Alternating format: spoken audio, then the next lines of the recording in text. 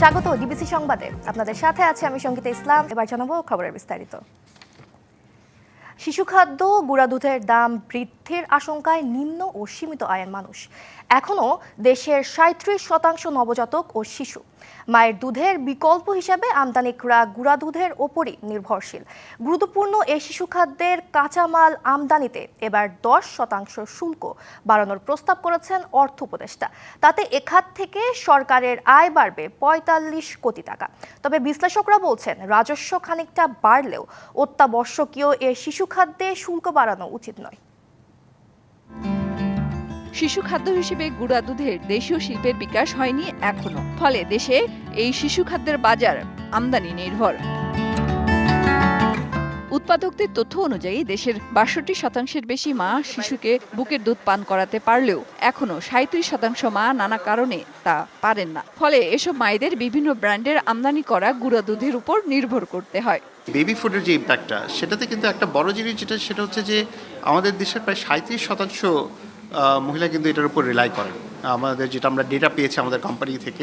বর্তমানে আমদানি করা গুঁড়া দুধের বাজারে দু ধরনের শুল্ক কাঠামো রয়েছে। যারা সরাসরি গুঁড়া দুধ আমদানি করেন তাদের দিতে হয় ৫৫% শুল্ক, আর যারা কাঁচামাল আমদানি করে দেশেই প্রস্তুত করেন তাদের এতদিন দিতে হতো ৫% শুল্ক। প্রস্তাবিত বাজেটে যা বাড়িয়ে ১৫% করা হয়েছে। এখানে সরকারের হয়তো আমাদের কাছ থেকে ডিউটিটা ইনিশিয়ালি বেড়ে যাবে, এই 10% ডিউটি, কিন্তু এই 10% ডিউটিতে যেটা হবে যে এইটা ইনডাইরেক্ট ট্যাক্সটা সরাসরি কনজিউমারের উপরে পাস করব। আমাকে যখন প্রাইস ইনক্রিজ করতে হবে তখন আমার কি হবে যে কনজাম্পশন ওভারঅল ফল করবে।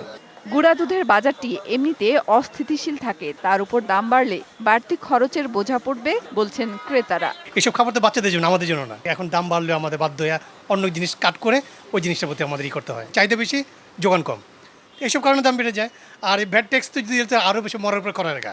গবেষকরা বলছেন এমন অবস্থায় সরকার শুল্ক কমানোর চিন্তা করতে পারে। যেহেতু গুঁড়া দুধের ক্ষেত্রে শিশু খাদ্য হিসেবে এর একটা গুরুত্বপূর্ণ ভূমিকা রয়েছে এবং এটা যেহেতু এসেনশিয়াল বাচ্চাদের জন্য, সুতরাং এর ভিতরে শুধু সেই এইচএস কোড যেটি কিনা শিশুদের জন্য যে পাউডার মিল্ক, সেটির ক্ষেত্রে আমার মনে হয় যে এর আগে যে কাস্টমস ডিউটি ছিল সরকার সেই কাস্টমস ডিউটিতে পুনর্বহাল থাকতে পারেন।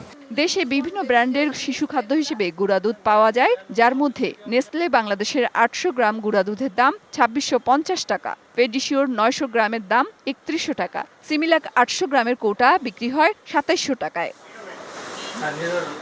Meher Moni, DBC news, Dhaka.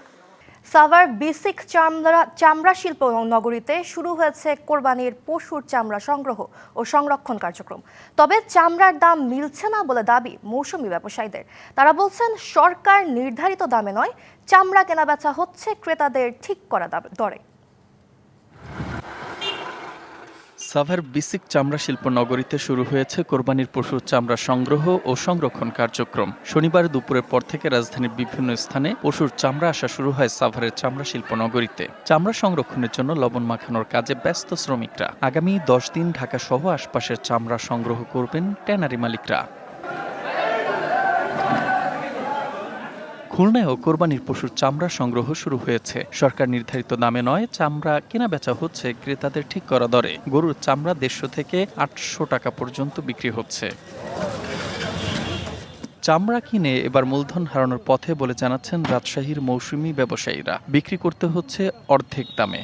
এই গরুটা ধরেন ১,৩০,০০০ টাকা দাম, এর চামড়ার দাম ৫০০ টাকা খালি। সরকার যে দাম বেশি বলছে, আমরা তো মার্কেটের দাম আসছে না, মার্কেটের দাম ৪০০, ৫০০, ৬০০ পর্যন্ত বেচা কেনা হয়েছে। গত বছরের মতো এবারেও কোরবানির পশুর চামড়ার বাজারে ধস নেমেছে জয়পুরহাটে। মৌসুমী চামড়া ব্যবসায়ীদের অভিযোগ, জেলার বাজারগুলোতে চামড়া বিক্রি করতে হচ্ছে বিগত বছরগুলো থেকে অনেক কম দামে। দাম না মেলায় অবহেলায় মাটিতে লুটাচ্ছে পশুর চামড়া। পুরোপুরি এখন সিন্ডিকেট হয়ে গেছে চামড়া মার্কেটে। আমি 4 ফুট একটা খাসির চামড়া নিয়ে আসছি, যেটা দাম কমপক্ষে ১৫০ থেকে ২০০ টাকা হওয়ার কথা, সেখানে মাত্র ২০ টাকা দিয়ে চামড়াটা আমাকে বিক্রি করতে হচ্ছে। পারতেছি না, অর্ধেক দামেই নাই, ৩০০-৪০০ টাকা চামড়ার দাম করছে। তবে গেল কয়েক বছরের চামড়ার দাম বেশি পাওয়ায় কিছুটা স্বস্তি প্রকাশ করেছে বরিশালের এতিমখানা পরিচালনাকারীরা। সব মিলিয়ে আলহামদুলিল্লাহ আমরা আশা করি সরকারের সদিচ্ছা থাকলে এটাকে চামড়া শিল্পকে অনেক দূর আগায় নেওয়া সম্ভব। এই রিলে বোলিংটা চলে এই চামড়া বেচার টাকা দিয়ে। এইবার মনে হয় যে আমরা এই সফলতা কাটিয়ে উঠতে পারবো। Mostafa Kamal, DBC news desk. BNP chairperson Begum Khaleda জিয়ার সঙ্গে ঈদের শুভেচ্ছা বিনিময় করেছেন দলের স্থায়ী কমিটির সদস্যরা। রাতে তার গুলশানের বাসভবন ফিরোজায় এই শুভেচ্ছা বিনিময় হয়। কুশল বিনিময় শেষে বিএনপি মহাসচিব মির্জা ফখরুল ইসলাম আলমগীর বলেন, বেগম খালেদা জিয়া দেশবাসীকে ঈদের শুভেচ্ছা জানিয়েছেন। এছাড়া গণতন্ত্রের প্রতি তার অবিচল আস্থা ও অনুরাগ তা তিনি পুনর্ব্যক্ত করেছেন বলেও জানান মির্জা ফখরুল। বলেন, গণতন্ত্র ছাড়া কোনো ব্যবস্থাই ঠিক সেইভাবে কোনো রাষ্ট্রে উপকার করতে পারে না বলেও জানান বেগম খালেদা জিয়া।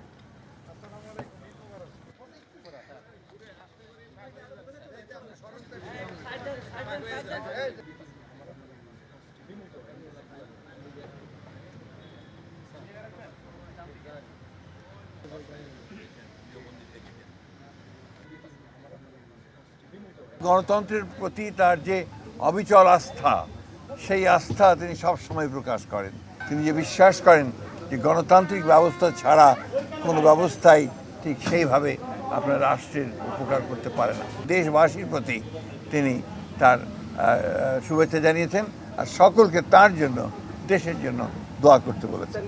ডিবিসি সংবাদে এই ছিল এখনকার মতো। ডিবিসি নিউজের সংবাদগুলো পড়তে ভিজিট করুন dbcnews.tv আর ভিজিট করুন ডিবিসি নিউজের ফেসবুক পেজ এবং ইউটিউব চ্যানেল। সঙ্গেই থাকুন।